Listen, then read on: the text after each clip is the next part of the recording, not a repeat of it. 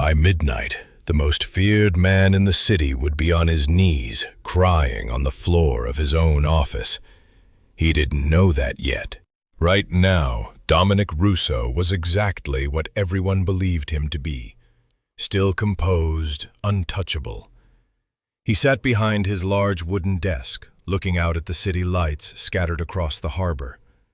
Everyone in this city knew his name. Some respected him. Some feared him. Either way, when Dominic Russo spoke, people listened. And when he stayed silent, people got nervous. He'd built this from nothing. No family money, no shortcuts. Just discipline, patience, and a willingness to make decisions other men couldn't stomach.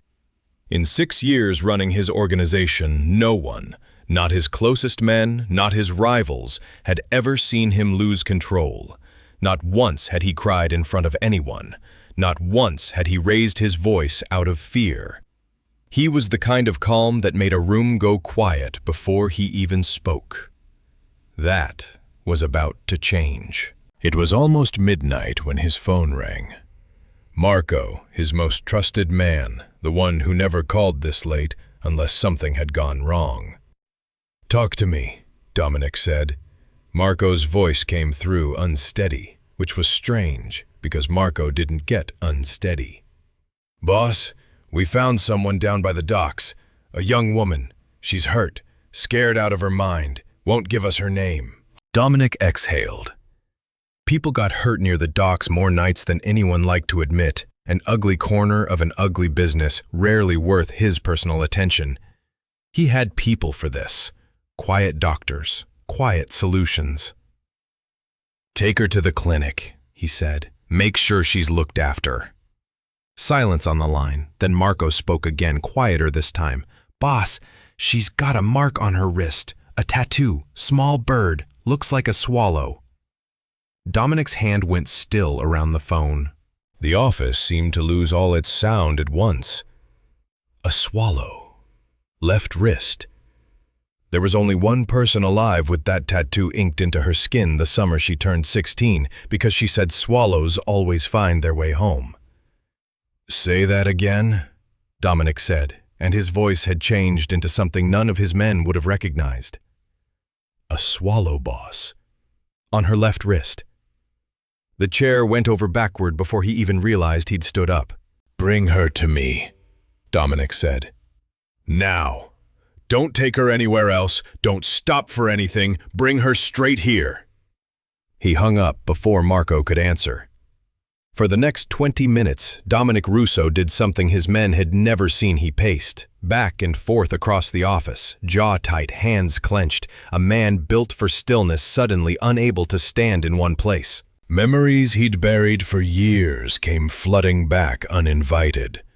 A cramped apartment on the east side, a little girl with sparked knees and stubborn eyes trailing 2 steps behind him everywhere, refusing to be left out of anything. A promise he'd made the week their parents died, when he was 19 and she was 11, and there was no one else left to keep it. "I'll take care of you, no matter what." Elena, his sister. He'd kept that promise the only way he knew how at the time, by sending her away, telling himself it was protection, not abandonment. He'd visited when he could, sent money every month without fail, but the visits had gotten shorter, the letters thinner, until brother and sister had become 2 people who barely spoke. What he didn't know yet, what he was about to find out, was what her life had actually looked like these past few months, 3 miles away, at a small gallery tucked behind 5th and Union. Elena Russo had been closing up for the night. She didn't know that the man she worked for, a smooth-talking gallery owner named Victor Hale, had spent the last 2 months laundering money through the very paintings she helped hang on the walls. She only knew that something had felt wrong for weeks. A locked back room hushed calls that stopped the second she walked in. Men who came by after hours and never bought anything. That night she'd seen too much. A duffel bag exchanged for an envelope. Victor's voice low and cold, saying a name she didn't recognize. When he noticed her in the doorway, his expression hadn't changed, but something behind his eyes had. "Elena," he'd said, almost gently. "You should head home. Long day tomorrow." She'd nodded, grabbed her coat, and left through the back, telling herself it was nothing. She'd come back to this city to stand on her own 2 feet. She hadn't called her brother in almost 3 years. She wasn't about to start now over a bad feeling. She didn't make it 2 blocks before the car pulled up beside her. That was the woman Marco's men had found at the docks an hour later. And that was the woman now being carried through the door of Dominic Russo's office. Headlights had swept across the window minutes earlier, a car pulling into the lot below. Dominic was already moving before it stopped.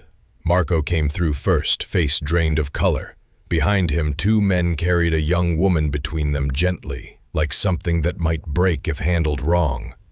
Her coat was torn at the shoulder, bruises darkened one side of her jaw. Her hair hung loose across her face, and she was shaking, not from cold, but from somewhere much deeper.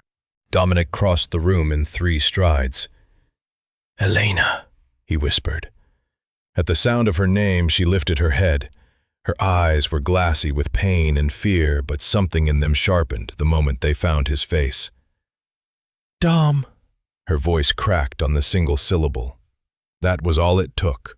The man who had never once lost control in front of his men dropped to his knees on the office floor. His hands trembled as he brushed the hair away from her bruised cheek, and when he tried to speak, nothing came out right at first. "I'm here," he finally managed, his voice breaking. "I'm here now." Tears slid down his face, and he didn't try to stop them. Marco and the 2 men stood frozen near the door, staring at a version of their boss none of them had known existed. "Get the doctor," Dominic said, his voice raw. "Get him here right now." Elena's eyes fluttered, fighting to stay open, fixed on her brother's face, like she was afraid that if she blinked, he'd disappear again. The private doctor arrived within 15 minutes, a quiet, older man Dominic had used for exactly this kind of situation for years, the kind of doctor who asked no questions and wrote nothing down that didn't need writing.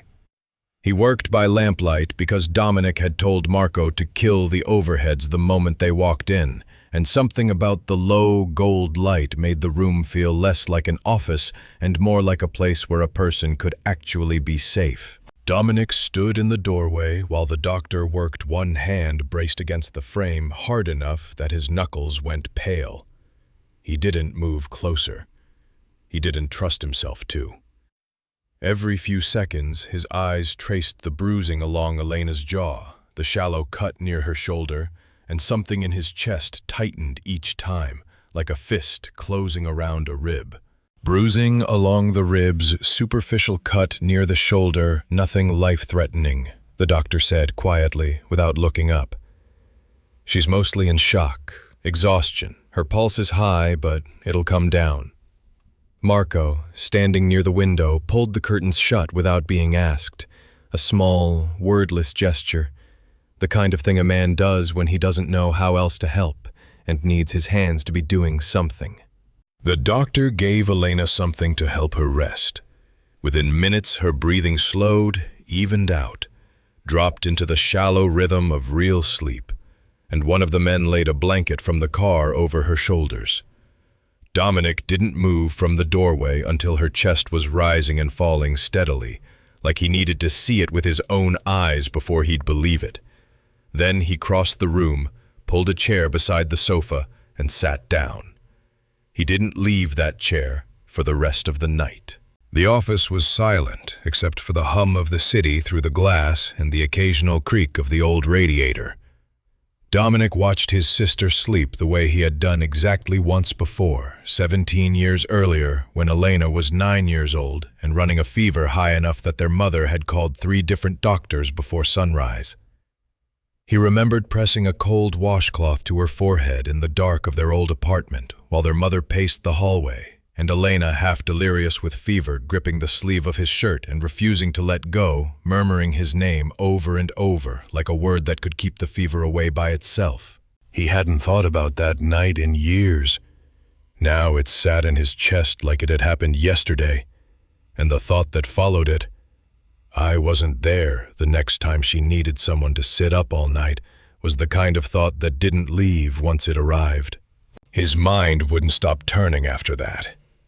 Who had done this to her? How she'd ended up alone near the docks, blocks from any life he thought he'd built for her. And underneath all of it, the question that hurt the most.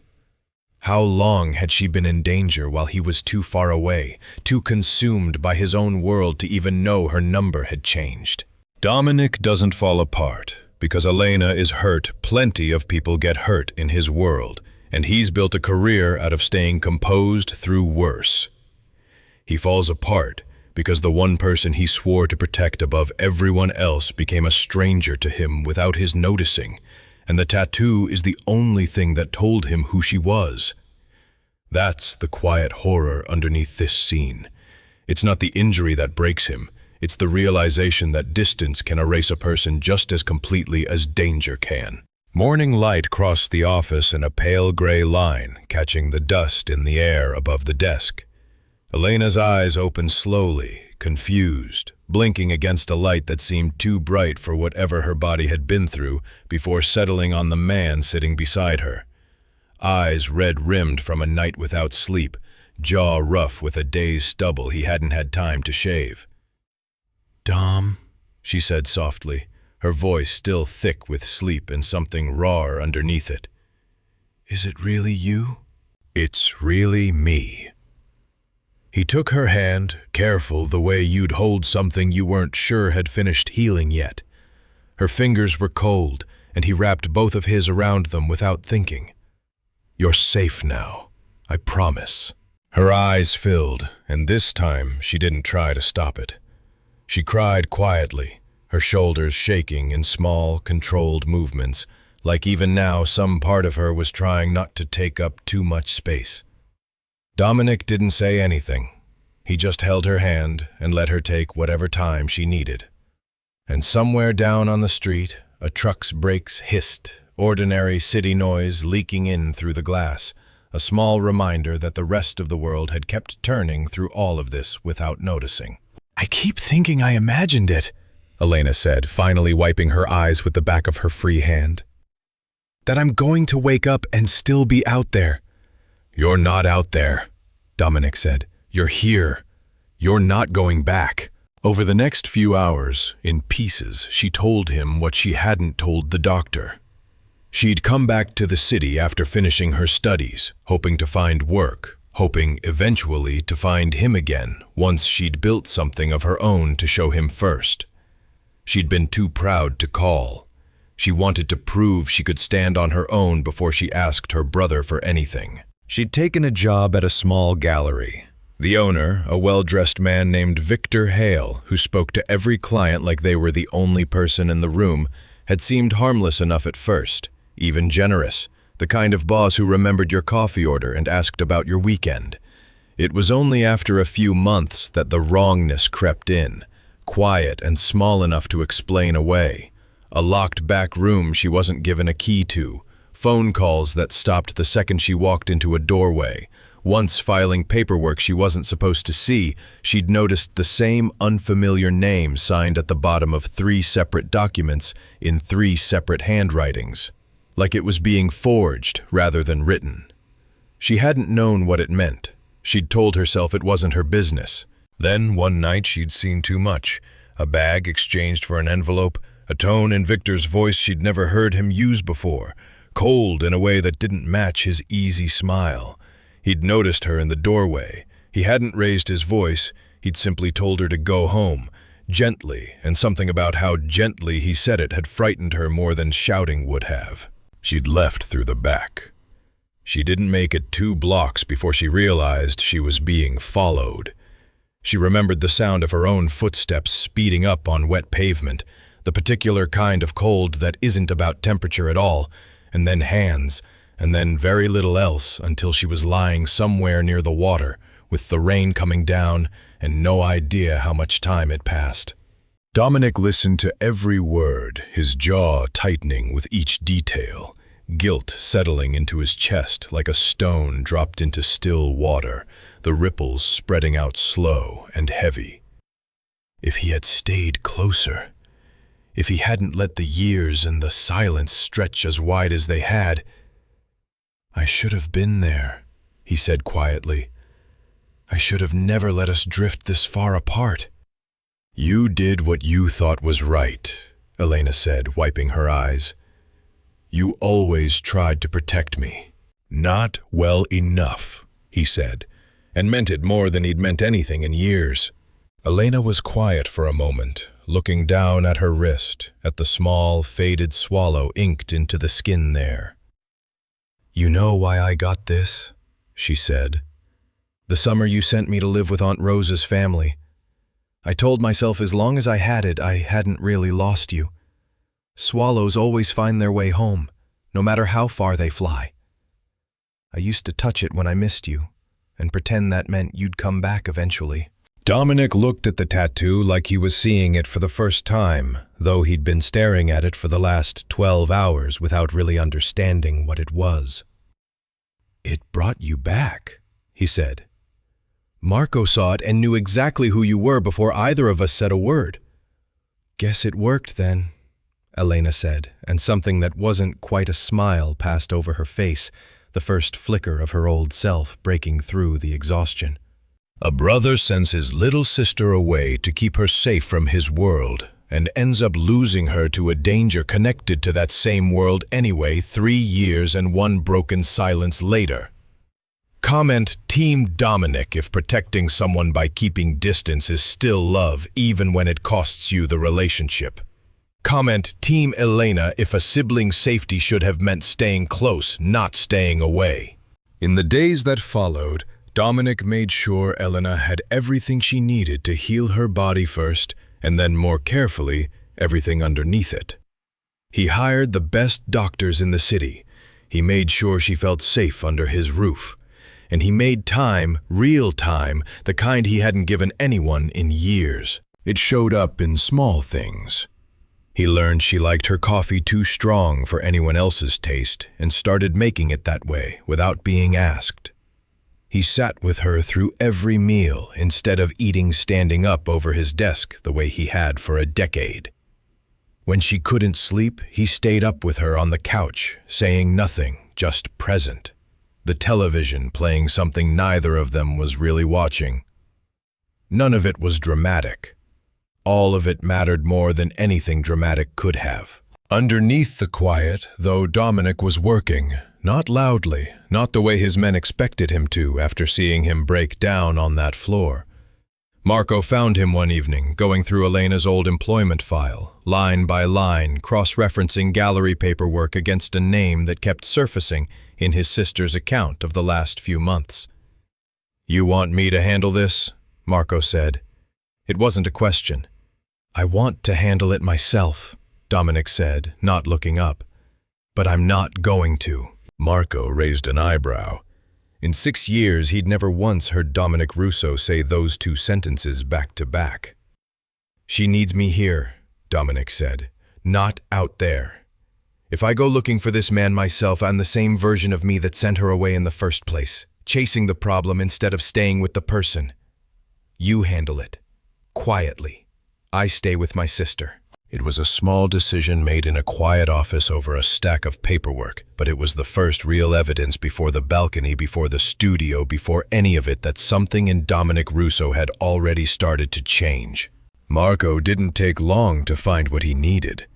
The name in Elena's file belonged to Victor Hale, a gallery owner with a reputation in certain circles for offering young, talented, and financially desperate artists exactly the kind of opportunity they couldn't afford to turn down.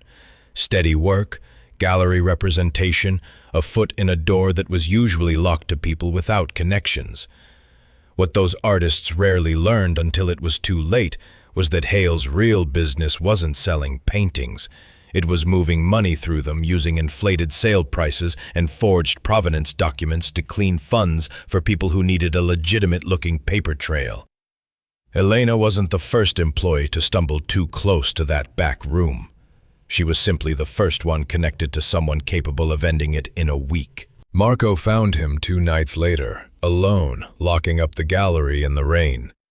Hale's confidence didn't survive past the moment he recognized who was standing in the doorway behind Marco. "I didn't know she was—" Hale started. "You knew enough," Marco said, and that was the only conversation that needed to happen. Whatever arrangement followed stayed between the men Dominic trusted and no one else. No headlines, no bodies. Just a problem that no longer existed by the end of the week, and a gallery that quietly changed ownership under a name none of Hale's old clients would recognize. Within days, Elena was finally fully free of the fear that had been hanging over her. But something deeper had shifted in Dominic that wouldn't undo itself so easily. Watching his sister suffer because of a world he had built, a world he'd told himself for years was protecting the people he loved, made him question the foundation of everything he'd stood on. This is the real turning point of the story, even though it's the quietest one. Dominic doesn't have a villain to defeat in any dramatic sense. Victor Hale is resolved almost entirely off-page, in under a week without a single raised voice from Dominic himself. That restraint is the point. The actual antagonist was never a person. It was a belief Dominic had carried for 6 years that power could substitute for presence. His choice to stay beside Elena instead of hunting Hale down personally is the first crack in that belief, proof, even before he says it out loud, that he already knows which kind of protection actually matters. Power alone, he understood now, meant nothing if it couldn't keep the people closest to him safe and present in his actual life. Respect from strangers had never once kept Elena warm on a cold night by the docks. Only someone showing up could have done that. 3 weeks after the last of the Victor Hale business had been quietly folded away, Dominic found himself sitting through an ordinary Tuesday morning in a way he hadn't done in years.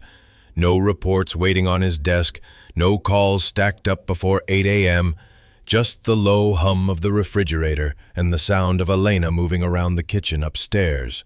He noticed things now that he used to walk past. The particular way morning light hit the hallway floor at 7:40 and not a minute before. The fact that Elena hummed under her breath when she was happy and went completely silent when something was bothering her.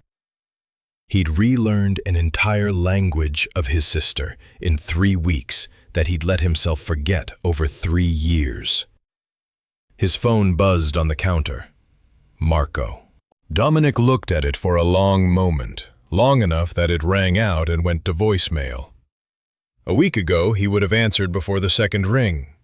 He told himself he'd call back later. He didn't not that day, and something about not calling back felt less like avoidance and more like a decision he hadn't consciously made yet, quietly assembling itself somewhere underneath his ribs. That evening, Elena set up her easel on the balcony to catch the last of the light. Dominic brought out 2 glasses of wine, more out of habit than thirst, and sat across from her while she worked, watching the brush move in slow, deliberate strokes across a canvas that was slowly becoming the harbor at dusk. "You used to do this," he said, "when you were maybe 9, set up at the kitchen table with Mom's watercolors and refused to come to dinner until the light was gone." Elena's hand paused mid-stroke. She looked at him sideways, surprised he remembered something that specific. "You remember that?" "I remember everything from before," Dominic said quietly. "It's the after I lost track of." She didn't answer right away. The wind picked up off the water, carrying the faint bark of a dog somewhere down the hill, and for a moment neither of them said anything, letting the silence hold something neither of them was ready to name yet. "What are you thinking about?" Elena finally asked, setting her brush down. Dominic turned his wine glass slowly in his hand, watching the last light catch in it. "I've been thinking about starting over," he said. "Not just for you, for both of us." Elena tilted her head curious, a small line forming between her brows, the way it always did when she was trying to figure out if he was serious. "What do you mean?" I mean stepping back, Dominic said. Letting other people run the business side of things, spending my time on what actually matters. He said it plainly without the weight he'd expected it to carry, and that surprised him more than saying it out loud. Her eyes widened, and then slowly a small smile broke across her face. The same smile he realized from an old photograph he still had somewhere. In a box, 7 years old and missing a front tooth. "Are you sure about this?" "I've never been more sure of anything in my life," he said. "I almost lost you because I was too far away, too busy chasing things that mattered a lot less than I told myself they did. I'm not making that mistake twice." Elena reached across the small table between them and took his hand, not the careful, healing patient handhold from those first days in his office, but something steadier now, an equal reaching for an equal. "Mom used to say you were stubborn enough to move a mountain, if you decided the mountain was in the wrong place," she said, and her voice cracked slightly around the word "mom," the way it always did, even 7 years later. "I guess I finally get to see it pointed somewhere good." Dominic laughed, a real laugh, short and a little rusty, like a muscle he hadn't used in a while. It was the first time in longer than he could remember that a mention of their parents hadn't landed in his chest like a stone. Behind them, through the open balcony door, his phone buzzed again on the kitchen counter. Neither of them got up to check it.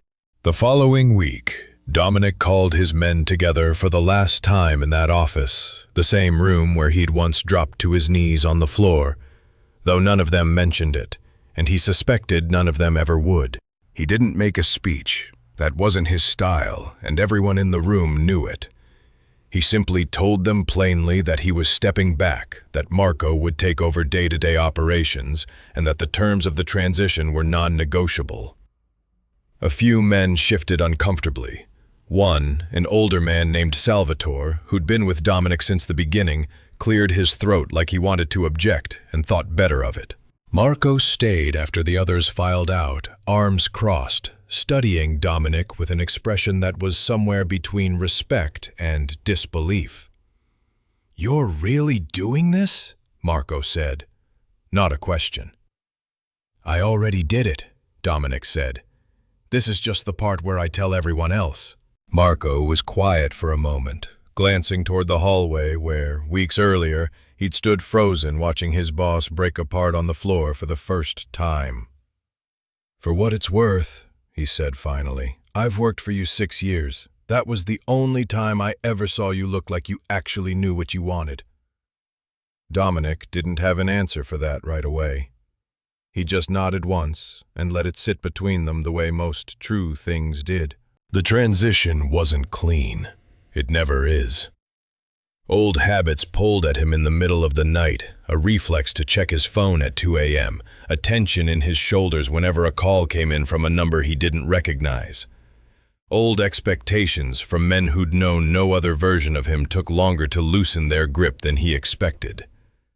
There were phone calls in those first months that he had to force himself not to take decisions he had to physically stop himself from stepping in to make. But every week the pull got a little weaker.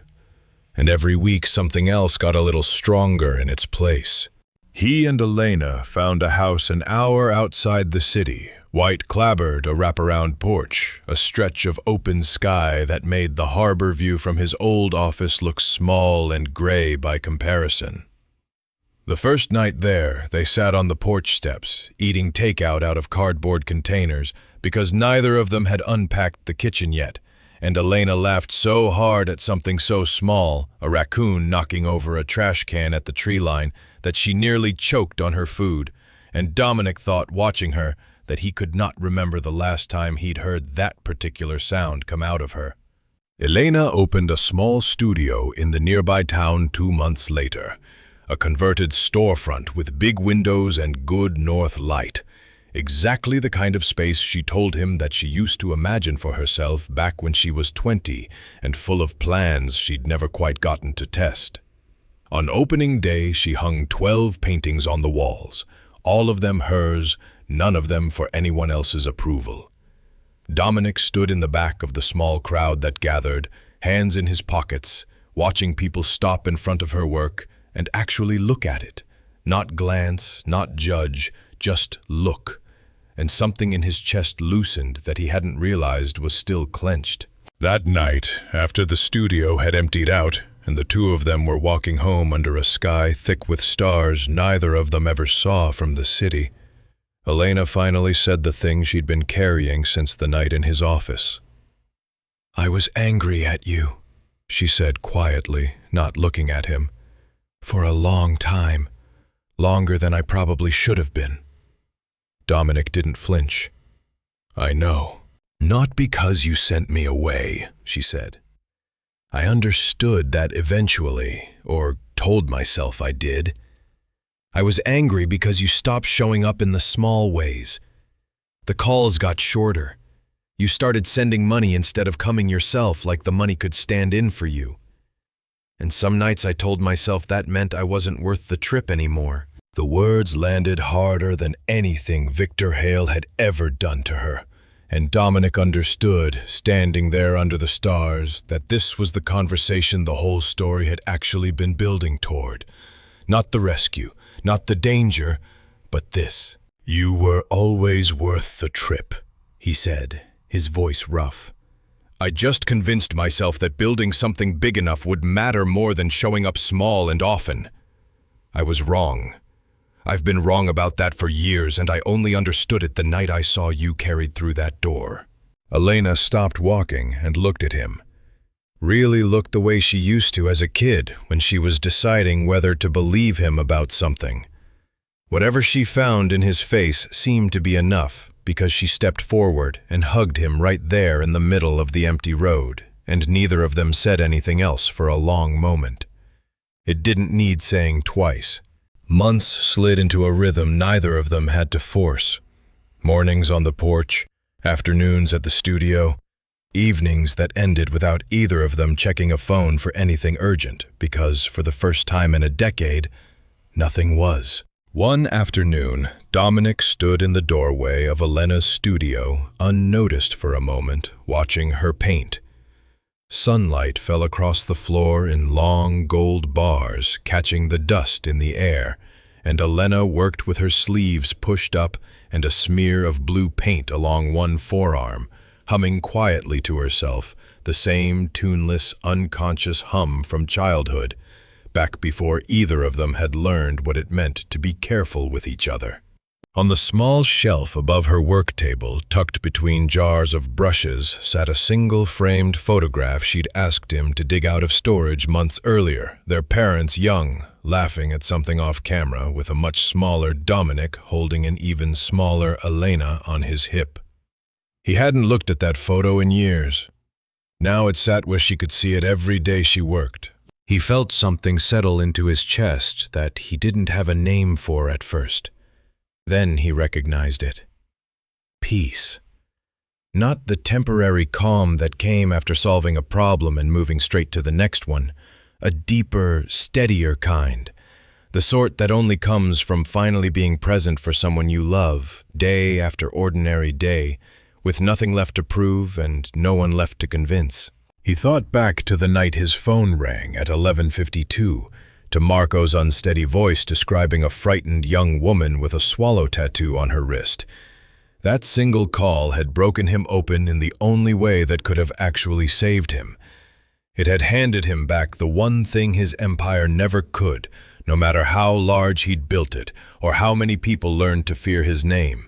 Dominic Russo had spent 6 years measuring his worth by how much power he held and how many people feared him.